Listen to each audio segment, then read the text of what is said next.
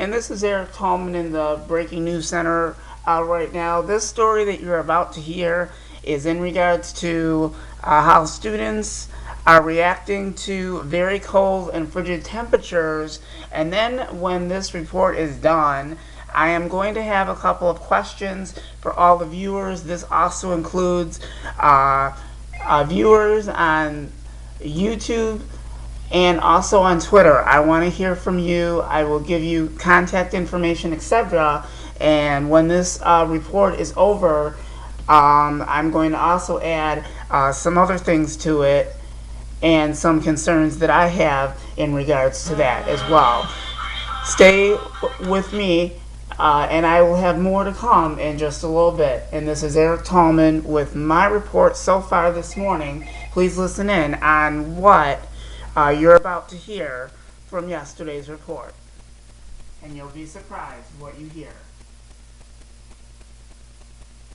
Many Metro Detroit school districts closed for the day because of the bitter cold temps, but a number of districts chose to stay open. That's right. The Grosse Pointe Public School District was one of them. 7 Action News reporter Kim Russell talked to some students from that district. It's cold. 3 degrees outside. I was here in Grosse Pointe doing a story about how many school districts closed, but the Grosse Pointe School District did not. And I found myself asking questions I didn't expect to ask. Where are your pants? Meet Jimmy Files. The Grosse Pointe South student is on a no-pants streak that freezing temperatures can't stop. He doesn't remember the last time he wore pants. What did your mom and dad say when you wanted to leave for school today in shorts? They kind of lost hope. And he's not the only teen rebelling against the reality of the weather. As kids left for their lunch break at Grosse Pointe South High, this is what we saw. Here you are walking with a frozen beverage. Yes, I don't know. I like to drink them every day for lunch. Where is your coat? It's in my locker. How cold are you right now? I'm pretty cold. I'm still actually freezing. You should but zip up your coat. I know. It's probably a good idea. Do not have gloves. Maybe you need to wear more winter attire. Oh, I do. Does your mom tell you that? Oh, yeah, all the time. A spokesperson for the district says school leaders put way more thought into the weather than these kids. They looked at the forecast and decided to open. It was a tough decision. They also sent a message out on their website asking parents to drive kids to school if possible, as the district doesn't have a bus service. Or if needed, keep kids home. These are insulated, actually, so I'm nice and warm. Insulated shorts. I'm good right now. Though frostbite is a real risk, these kids say they're focused on style. Yeah, I look cool. Don't worry about the looks. You gotta be warm. I've heard some people say that school should be canceled because it's so cold. What do you have to say about that? No. Because you should be wearing a warmer coat, right? It's all my fault, yeah. Moms, I empathize, but here's the thing. If you couldn't teach the lesson, Mother Nature has got your back today. She's teaching them. They're going to be cold if they don't put on their coats. From Grosse Pointe Farms, Kim Russell, 7 Action News. It doesn't matter what you tell them. You're not They're kidding. just, yeah, it was the same way in high school. I just wore the leather jacket no matter what. You just wear it, right? Let's hope they learn their lesson today. We won't hold our breath. They're Exactly. inside a warm school, getting No. into warm cars and going. All right, yeah, all right. they're fine. They're fine. Well, better. And welcome back. This is Eric Tallman in the Breaking News Center. I want to hear from all the viewers on YouTube and Twitter. It doesn't really matter exactly, but I want to know what your reaction is in regards to sending your adult, your child, your kid to school during very cold and frigid cold weather conditions. Now, I'm basically going to tell you my reaction to that.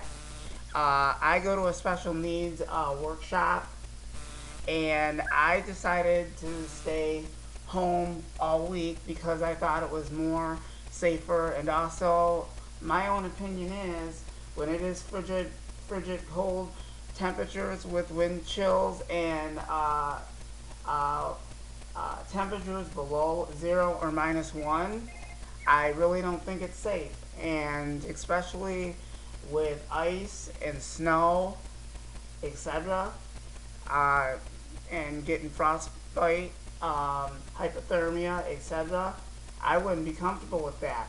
So I want to hear your suggestions, your thought, your story on all of this, and I want to know from any viewer that is watching this today, because this was a report on Channel 7 Action News yesterday. I just want to know what your reaction is prior to this, and I want to know what you think whether or not if schools should be open during any time when schools or weather is permitted to be extremely cold like this. And the other question is, do you really think that school districts, workshops, etc., should be providing transportation when the weather is extremely this cold? Because the other question is, what happens if students are being transported to school, vice versa, and what are you going to do if the bus or public transportation that they're using for the day breaks down? What do you do if you're at work and your child or student, etc., is stranded? What do you do if you're stuck at work? That's the question that I would like to know from anybody that's out there that's listening, because those are my concerns. And the story that I heard, I really thought it wasn't fair to the kids or anybody that had to go out in this frigid weather. You know, I was really concerned about that, and not just that, I am kind of seriously disappointed. And I had wished that the school districts in Southeast Michigan had made a better decision. You know, I understand that some schools can't always close down because they lose funding, etc. But I totally think that when it is really cold outside, would you rather take that risk and have your kid go to school and face the consequences? Because a lot of people cannot survive when the weather is extremely cold like this.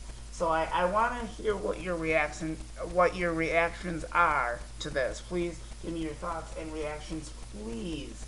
Anybody on YouTube, etc. I want to hear your concerns as well. And this is Eric Tallman, news reporter for the day in the Breaking News Center. Please comment and let me know what you think.